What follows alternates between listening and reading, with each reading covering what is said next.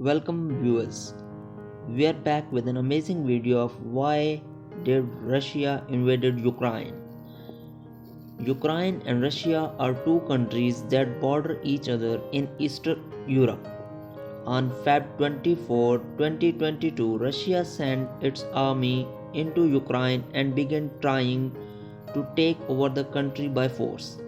This invasion surprised many people as it was the first major war in Europe for decades. But Russia and Ukraine had a difficult relationship for centuries. To understand what's happening now, you have to dig into 13 years of history. Both countries trace their beginnings to the same Medieval kingdom called Kievan Rus. It was founded in the 800 by a group of Vikings, the Virginians, who came from northern Europe to rule over the local people. Kievan Rus spanned what is now Russia and Ukraine, and its people, the slaves, are the ancestors of today Russian and Ukrainians. Its capital was the city of Kiev, the same Kiev that is now the capital of Ukraine. Moscow, capital of today's Russia, was also part of Kievan Rus. What is actually the Imperial Russian and Soviet Union? In the 1500s, descendants of the Kievan Rus princes in Moscow formed an empire of their own, Imperial Russia. In Imperial Russia, some saw Ukrainians as brothers to the Russian because they shared a cultural dating back to the medieval times. But Ukrainians said that while both groups practiced the same religion and shared some history, Ukrainian culture, such as food, language, art, and music, was different. It was shaped by contact with a different people and a history different from Russia.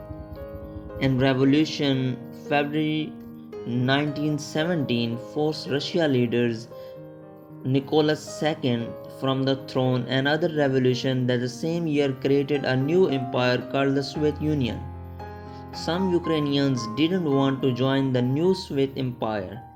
They tried to form their own country, but the Soviets defeated their movement and created the Ukrainian Soviet Socialist Republic.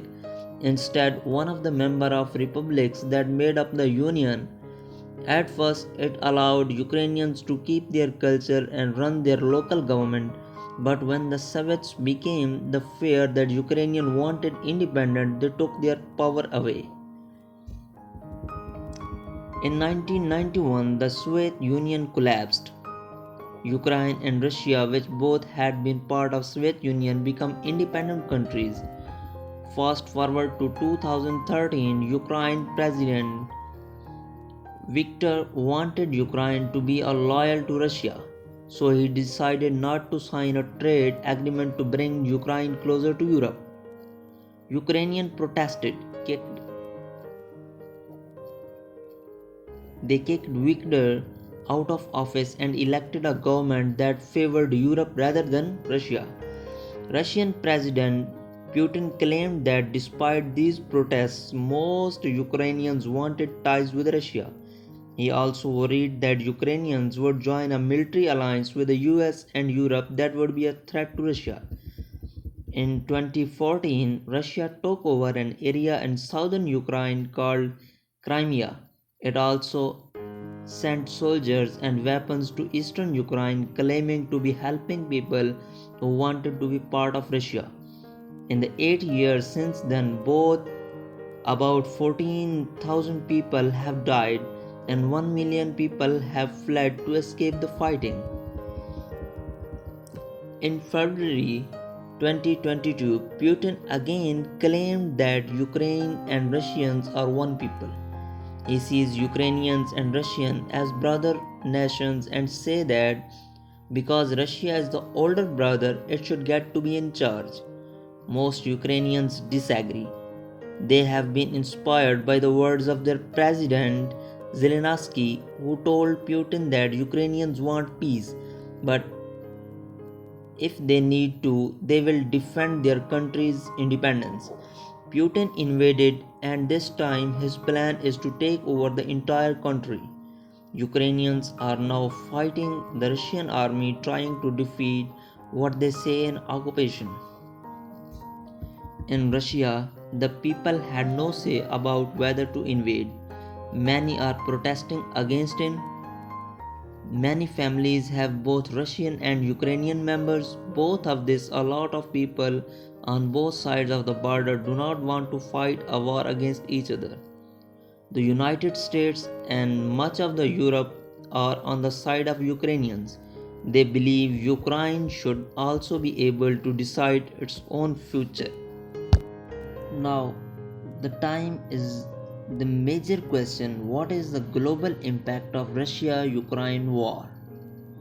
The war disrupts global trade that was still recovering from the pandemic. Food prices have soared since Russia and Ukraine are major suppliers of wheat and sunflower oil, and Russia is the world's top fertilizer producer. Not only has the war in Ukraine set off a geopolitical realignment, but it has caused economic hardship far from the fighting. The Feb 2022 invasion has touched off a refugee crisis. A Ukraine flee the conflict in their homeland, and many Russian men seek to avoid conscription. 1 year after Russia invaded Ukraine and caused widespread suffering, the global economy is still enduring the consequences. These consequences are the three ways. The first one is crunched supplies of grains. The second one is fertilizers and energy, along with the more inflation and economic uncertainty in the world that was already contended with too much of both.